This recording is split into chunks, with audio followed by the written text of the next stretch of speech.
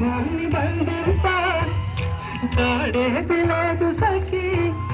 అద్దాల ఊయల బింబముగే చెలి నువ్వు తేల్చి చెప్పవే పిల్ల లెక్క కాల్చి చంపవేలేలా నా జీవితం నీకను పాపలతో వెంటాడి ఇక వేటాడద్దు లేదని చెప్పాలని చాలు లేదన్న మాట పెట్టుకోమంటే మళ్ళీ మళ్ళీ నాకొక జన్మే కావాలి ఏమి చేయమందువే